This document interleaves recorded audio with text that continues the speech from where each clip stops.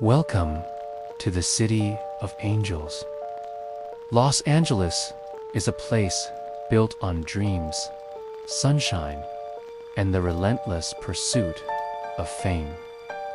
But beneath the glittering surface of Hollywood lies a dark, terrifying underbelly.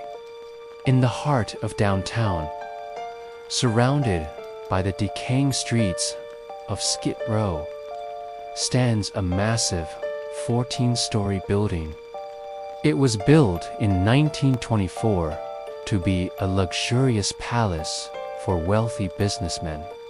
Instead, it became a magnet for death, despair, and some of the most infamous serial killers in American history. Tonight, we are investigating the most chilling, documented, an entirely real mystery of the modern internet age.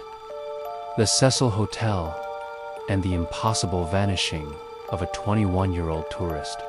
This is Chapter 1, The Elevator Tape.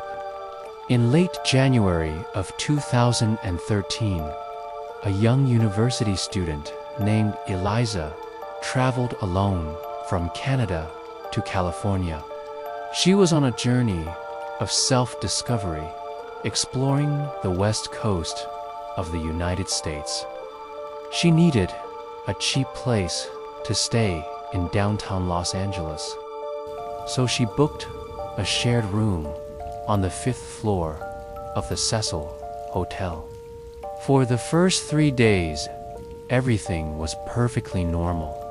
She called her parents every single day. She bought books at a local bookstore. She used the free Wi-Fi in the hotel lobby. But on January 31st, the phone calls stopped. Her parents panicked. The Los Angeles Police Department was called in. They searched her hotel room and found all of her belongings. Her clothes, her laptop, and her daily medication were all still sitting there. But Elisa was gone. For 2 weeks, the police turned the massive 600-room hotel upside down. They brought in tracking dogs. They checked the fire escapes. They found absolutely nothing. It was as if the young woman had simply evaporated into the cold concrete walls of the building. And then, on February 14th, the police released a single piece of evidence to the public, hoping someone might recognize her. It was a security camera video from one of the hotel elevators, recorded on the exact night she disappeared. That 2.5-minute video broke the internet, and it remains one of the most profoundly disturbing pieces of real footage ever captured. The black and white video shows Elisa walking into the brightly lit elevator. She is wearing a red hooded sweatshirt and black shorts. She steps up to the control panel and presses multiple buttons in the middle row. But the elevator doors do not close.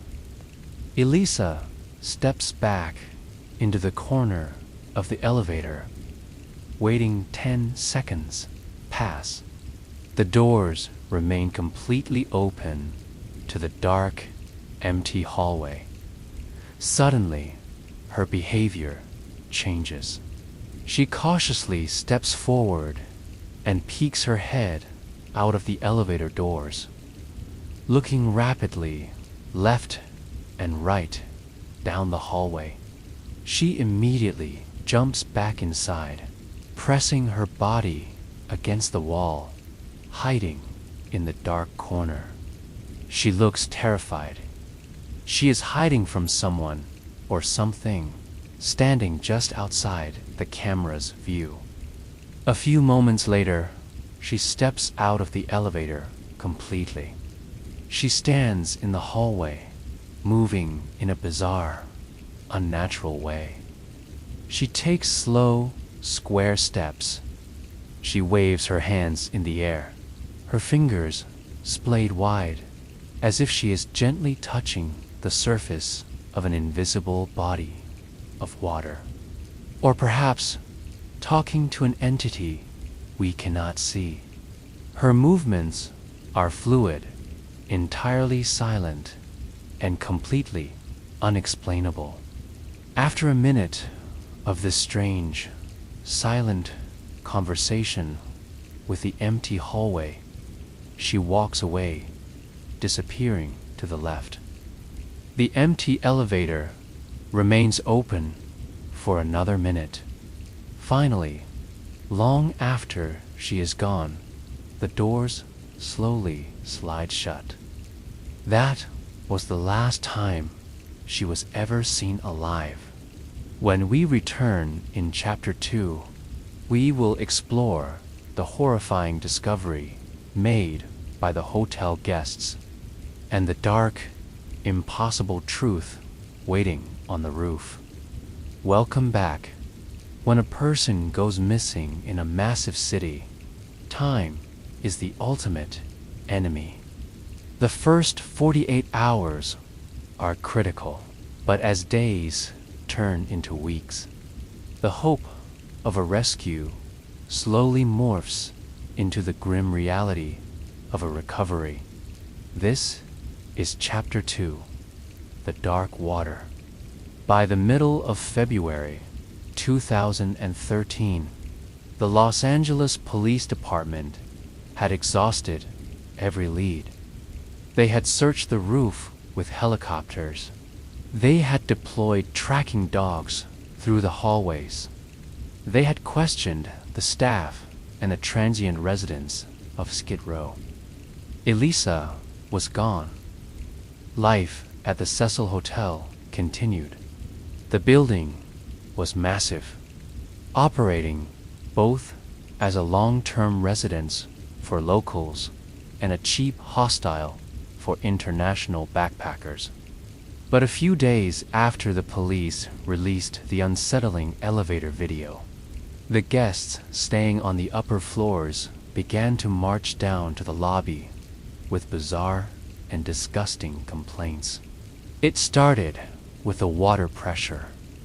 Guests turning on the faucets in their bathrooms noticed a severe drop in the flow, but it quickly escalated into something much worse.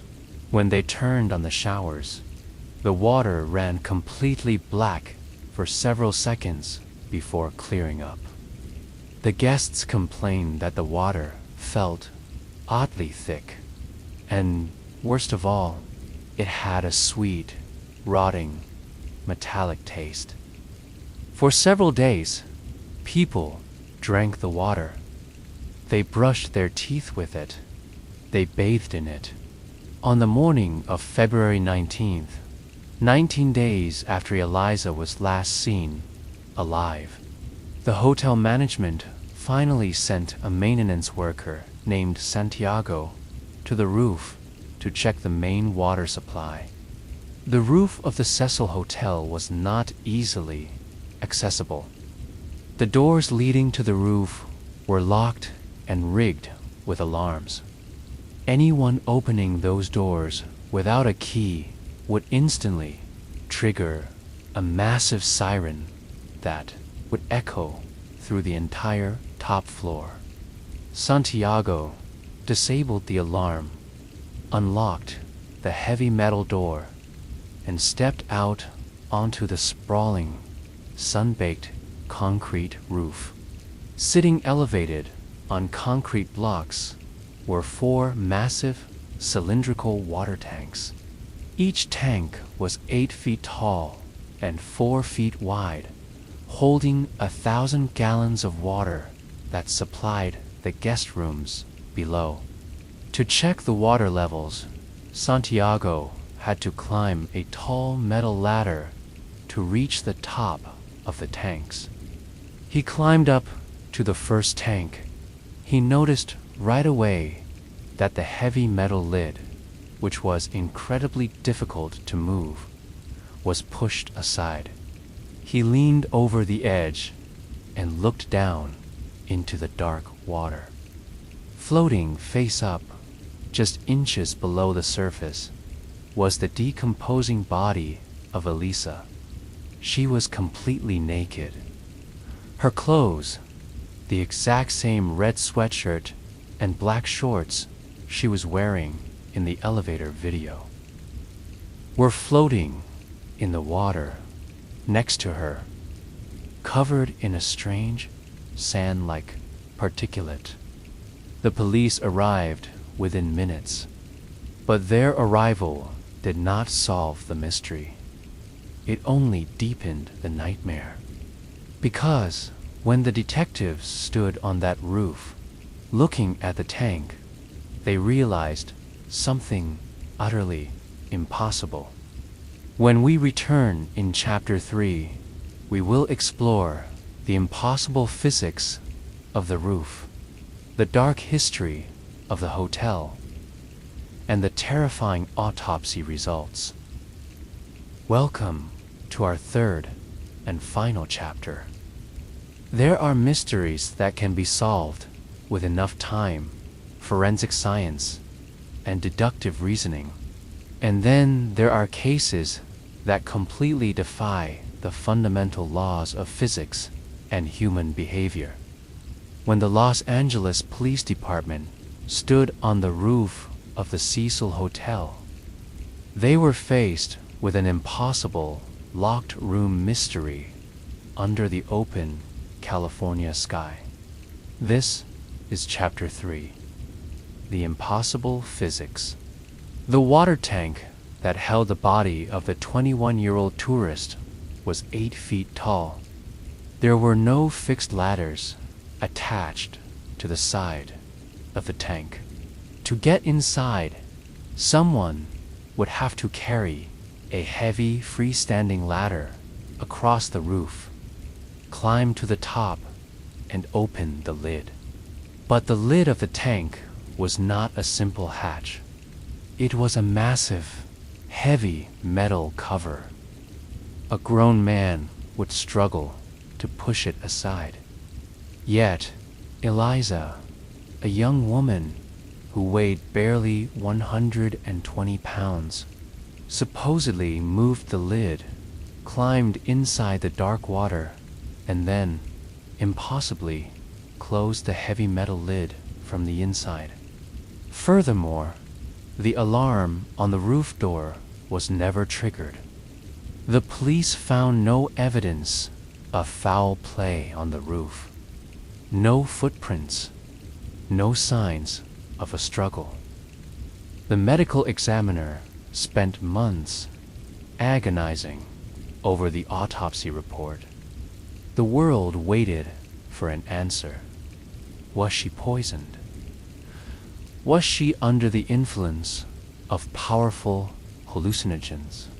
The toxicology report came back completely clean. There were no illegal drugs in her system. She had not been physically assaulted. The official cause of death was ruled as an accidental drowning, complicated by a severe psychological break. But the internet refused to accept the official story. How could a young woman evade the security cameras, bypass the alarmed doors, climb an 8-foot water tank without a ladder, and close a heavy metal lid from the inside, all while completely naked? The Cecil Hotel has a history soaked in blood. In the 1980s, the infamous serial killer Richard Ramirez, known as the Night Stalker, lived on the 14th floor. In 1991, another serial killer, Jack Underwigger, murdered multiple women while staying in the very same building. It is a place that seems to attract darkness, or perhaps it creates it. The elevator tape remains the only true clue. Her bizarre, fluid hand movements, the way she hid in the corner, the way she seemed to be speaking to someone standing just outside the frame. Was she running from a predator only she could see? Or was she trying to communicate with an entity that the security camera could not capture? Thank you for joining me on this true investigation into the dark heart of Los Angeles. If you have a theory about what really happened on that roof, share it in the comments below. If you survive this true crime documentary, please subscribe to Deep Story, turn on the notification bell, and leave a like to support our deep dives into the terrifying unknown. Stay safe, stay in the light, and I will see you in the next nightmare.